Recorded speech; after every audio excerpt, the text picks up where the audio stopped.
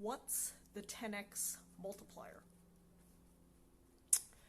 This concept I've expressed several times now in the past couple of months to people close to me. I think it accurately summarizes what my thought process has been on adventure and how I run my life. I think this advice applies specifically to antinatalists, child-free people. To summarize on a brief high level, antinatalists think it's wrong for anyone to have children, including themselves and everyone around them. Child-free people make a lifestyle choice for themselves to avoid parenting, but they stop short of making sweeping judgments about other people. But the net is that for both these types of people, they're really free to concentrate on themselves and what they want to do. Why is that an important precursor to what I'm about to explain? Well, the 10x multiplier to me is the loose math that 1 year in my 20s to 40s is worth 10 years in my 60s to 80s. Okay. Now, obviously, parents morally and ethically really sign up to sticking around in this life for the long haul. That's obviously if they've put the thought into what they're doing. Now, obviously, there are some dumb fucks out there who just fuck children into existence without thought. Ignore them for a second. I think I'll never really want to address those people because what's there to address? They think none, and they ruin people's lives. So, that's it. Out. How about the other percentage of people that make up parents? Well, if you responsibly birth children onto this world of suffering, you have to have a somewhat long-term game plan. So you have to stick around for them. In today's world where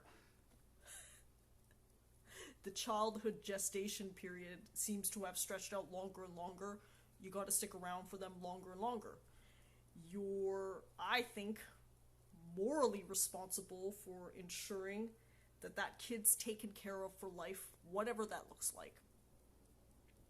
As much as people have this viewpoint that millennials, insert label generation here, is entitled, you might want to think about, well, why are you forcing people to have a bad time in this world? Why? So if you were just birthing them for them to have a terrible time, including being a slave wager and all the other myriad of things that we have to do from day to day to live, I'm wondering where it became acceptable. I think anyone, millennial or other generation, has every right to just say fuck it, because you never asked me. That's part of my antinatalism showing.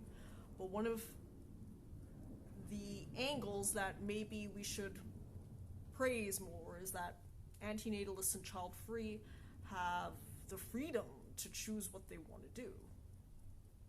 And with that freedom, I'm very free to do my 10x multiplier. I can choose to have a shorter life with better quality of life.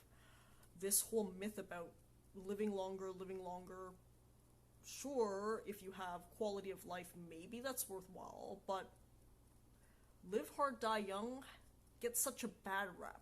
People think it's only for heroin-addicted rock stars or celebrities that flame out. I think it can be a way to live your life as a single person without responsibilities. Okay? So for me, I'm trying to figure out really what the 10x multiplier is. Is it 10 years in my 50s and 60s equals 10 years equals 1 year in my 20s and 40s? Is it a little later?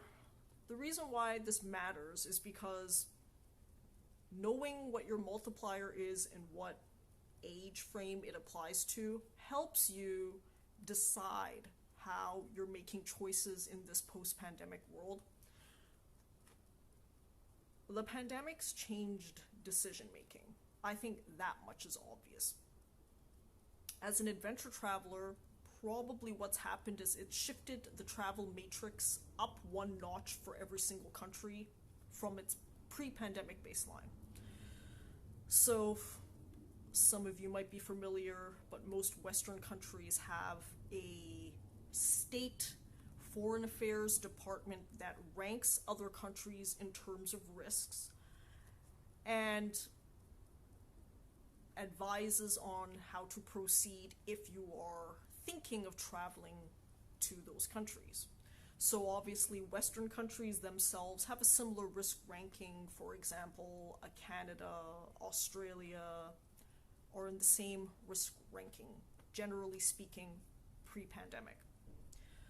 Some countries are considered higher risk. For example, a number of them in Africa and the Middle East, Kenya, United Arab Emirates, and some of them are still further a rank and still further a rank. So we have level 1, 2, 3, 4. Western countries rank number 1. Higher risk countries rank number 2. And then there's 2 levels that are called red band. Some red band countries still have consular presence and diplomatic ties with your country, and some don't. So I would think post-pandemic what's happened is the entire matrix has shifted up one level. So obviously the lower levels are lower risk, higher levels higher risk. So if pre-pandemic you were a level 1, just post-pandemic every country gets added 1 level because of the nature of traveling during an active pandemic. That makes things difficult. How do you decide how to go, when to go?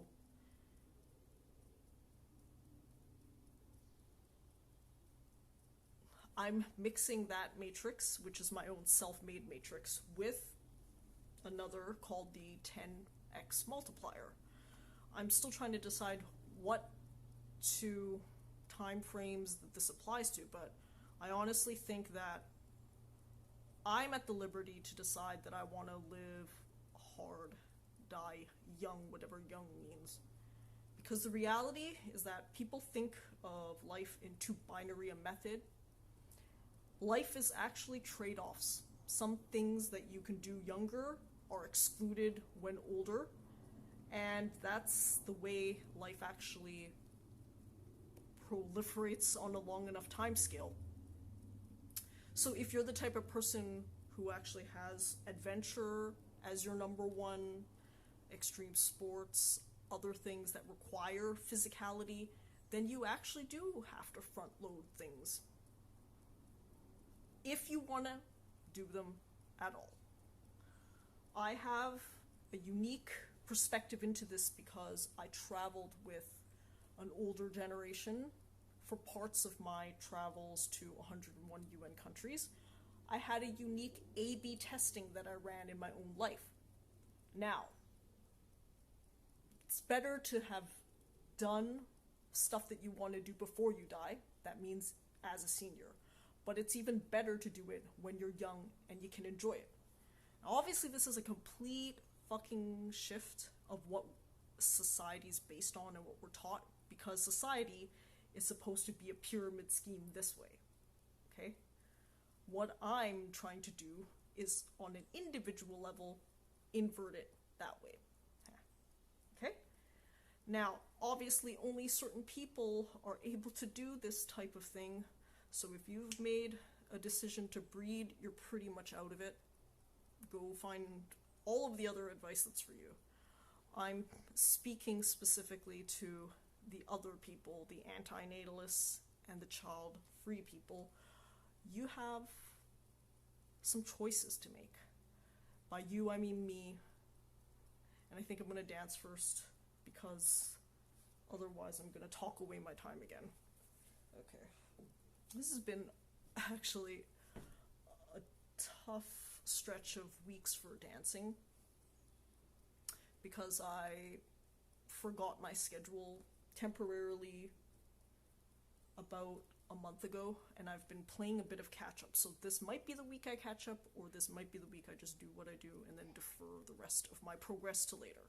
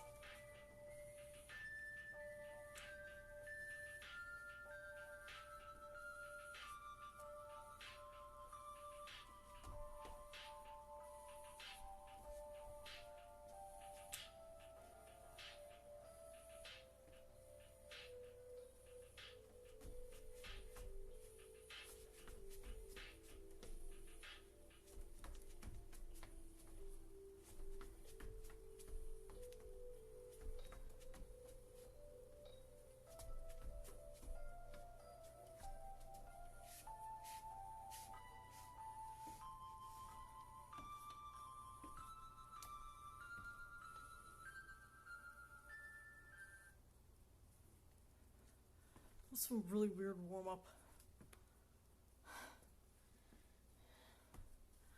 Yeah, okay. So, am I gonna delve deep into antinatalism again? Yeah, maybe I will. I'm sick and tired of weak-minded and weak-willed people outsourcing their happiness to others, as if it's other people's responsibility to make them happy. So this group of people largely becomes parents, but they're also ones who are wide-eyed, seeking some sort of romantic relationship. And all in all, mostly people search for happiness outside themselves and have it reflected back to them in the form of other people's acceptance, other people's actions, other people's achievements or failures. So, ever since I was young, I've questioned why people would do such a thing, but I think it's become patently clear to me that it's because the person lacks self-esteem in themselves to be able to generate that happiness. Now, especially in a world where we just came out of 15 months of quarantine/isolation, this seems like the opposite advice. But I'd think that some people, by being removed, by being with themselves for some extended period of time, would have realized that nobody else outside themselves can make them happy. Well, why do we have this thought process that that's possible? Well, obviously, this is the game of genes. Genes have made this game, genes have made this game. The word made implies some sort of higher level consciousness. By made, what I mean is they happened upon this game. Because all they did was bump randomly into each other, form stable configurations, and then stay stable long enough to figure out how to replicate themselves. And that process has been proliferating across time, across millennia, across millions of years. This is Richard Dawkins, the famous biologist's mind, and most biologists agree with his rough take of that description in The Selfish Gene. I've read, listened to The Selfish Gene, and I'd agree Richard Dawkins has summarized his work even better in short bites on YouTube, I'm sure, that you can search. But knowing this greatly illuminates life. Okay? Of course, as a genetic mutant, I'm of the uniquely clear ability to see through all this bullshit, because none of it drives me. So because none of it drove me, I had to drive and really search, dig deep within myself. How did I love myself in the process? I did it because I just did. I know that's the shittiest answer for anybody who wants a step-by-step, but you just have to generate it yourself. Because I went about it in the opposite way that people would have anticipated. They think because I've achieved my travel goals to 101 UN countries, 7 continents, that I then love myself because I achieved those goals. I did the complete reverse. I loved myself first, and that allowed me to do the things that I wanted.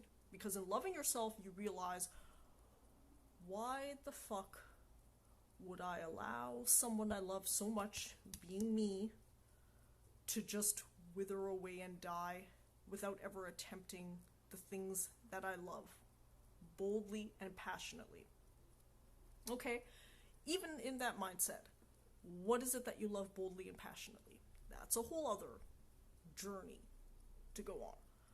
But I've realized that in this life, we're hardly afforded the ability, the time, to actually think about these topics deeply, and mostly by yourself. By yourself without toxic influences of other people, because unfortunately, 99.999% of the people around you have been poisoned by the same mentality. So how are you ever going to extract yourself from what other people think and do without literally physically extracting yourself? So how did I possibly have the foresight to do this before I started traveling? Because obviously I had to have a long period of time away from everyone in order to think and reflect. Through that thinking and reflecting, I learned to love myself, me loving me. Then in doing that, I learned to deeply ask, what is it that I want? And then in doing that, I boldly and passionately moved forward to what I wanted. That's about as detailed a breakdown as I can do about that. And yeah, okay, I should continue dancing because now I've talked away my time again. What is this? Ah, shit. Why did I go?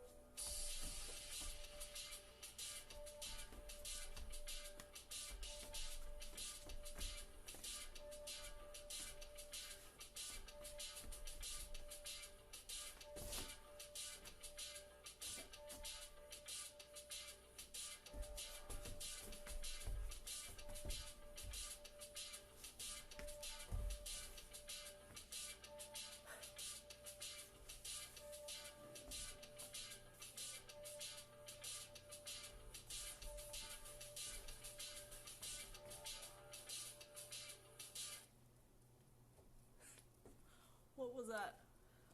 I have no idea. But that's an example of just boldly and passionately crashing towards whatever it is you want. Sometimes it's the time that you invest. So I'm always very confused when the amount of time that I've invested in breakdancing and dancing is the amount of time people will spend knocking their heads against a wall, trying to make another complicated relationship work. So, before maybe this generation, that love shit never really existed because marriage was really a social stability and upward mobility vehicle. Okay? Then Disney, who knows what, decided to really ramp up this love shit to make you feel like, well, you're making a choice here. You're leveling up your life because you're only half a person without finding this other half that's supposed to represent you. But I'd argue, what if you're already complete and that you just have to search within yourself? That sounds really woo-woo, but I think it makes sense because all I've ever observed is people in their feels and in their woes down about love. I've never observed people acting functionally ever. Even the ones who are so in love. In some ways, I think those people are the most delusional about themselves because they basically have their own self-esteem highing and lowing based on another person, whether that be first the romantic partner and then the children after that. And it's just yo-yoing up and down, and that to me would be alarming if you had so little love, but even more so control over your own emotions.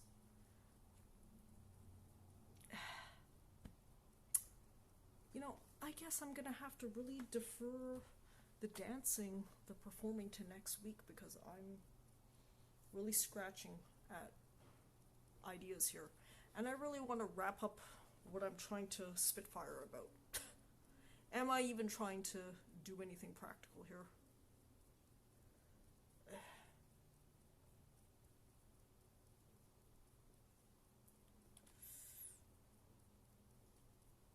These concepts are really hard to explain because it's just quite out of the norm. But here's the thing. In circling back to the idea of genetics and the game that they happened into, the important thing is to remember that the genes never thought consciously about what they were doing. They just did shit, happened to survive, to replicate, and just kept doing more shit and more shit. None of it in the genes game is about building a life worth living, about finding meaning and purpose, and any of that. So that's stuff that you're going to have to largely do on your own. And that's a tough process because when you were literally birthed to provide self-esteem to someone else, aka your parents, how do you emerge from those shadows? Well, first, you might want to think about doing what I did, which is you confront your parents head on about the mistake they made. Yes, that sounds harsh, and some people might even think that hearing your parents tell you that they made a mistake in having you would be soul-crushing, but it's actually the freeing move. That's what set me free. And I think I also set them free by allowing them the space to admit their mistakes. The problem with parenting is that it's become such a cult mentality unless you're a strung out drug addict or a young teenager, most people have this false idea that every single time you make that parenting decision, it must have been the right one. Well, that's why you have to do all of this thinking beforehand. Because to me, and most other antinatalists, think that the only logical and moral choice would be to refrain from having biological children. If you still have that parenting instinct, you can adopt people, pets, whatever, but other people than me are much better at expressing these opinions. The Antinatalism podcast is probably one of the better podcasts that's amalgamated a number of people with the same mentality but expressing it in different ways. I think that's part of the beauty of art, is that you have the ability to express something from many, many, many different angles. And yes, the antinatalism community is actually a large community. On Reddit, there's over 100,000 subscribers to the antinatalism Reddit. That and the Antinatalism podcast would be the two modern resources that I'd recommend people read up on if they're interested in this mindset at all. Part of it is that I've always been child-free since I was young, but I never really knew that there might be a greater overarching philosophy until I discovered antinatalism maybe a couple years ago.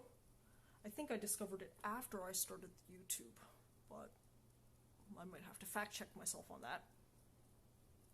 In any case, the 10-to-1 multiplier means that if 10 years of your 50s and 60s is worth 1 year in your 20s to 40s, that means you gotta be bold and courageous in moving in the direction that makes you happy. And that might mean that you're a poor, tent-dwelling miscreant when you're 50, but who the fuck cares? Society, because they think blah blah blah about blah blah supporting you, well, fuck them. They flush your tax dollars down the drain in many wasteful ways, so who gives a fuck? And that's partly also why I think there's this cult mentality around parenting, because people who've opted out of that option are quite genuinely harder to influence and control, right? And what happens when you're harder to influence and control? Who knows?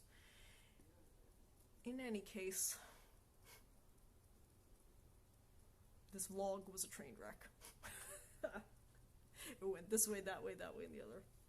And I did very little dancing. I was intending on doing more dancing, but I realized in throwing down some moves that I need to work on some of my patterns a little more